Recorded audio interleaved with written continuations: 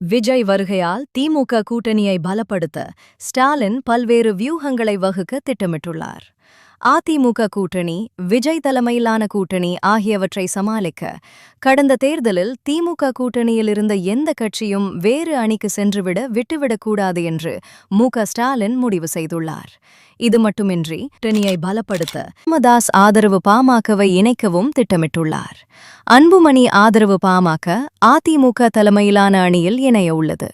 இந்த சூழலில் திமுக கூட்டணியில் ராமதாஸ் ஆதரவு பாமக இணைந்தால் பாமக வாக்குகளை குறிவைக்கும் அதிமுகவின் திட்டத்தை முறியடித்து பாமக வாக்குகளை பிளவுபடுத்த ஸ்டாலின் இந்த முடிவை எடுத்துள்ளார். ஆனால் திமுக அணியில் பாமக இணைந்தால் திருமாவளவன் கூட்டணியை விட்டு வெளியேறக்கூடிய சூழல் ஏற்படும். எனவே திருமாவளவனை சமாதானப்படுத்த கூடுதல் தொகுதிகளை அளிக்கவும் ஸ்டாலின் முடிவு செய்துள்ளார்.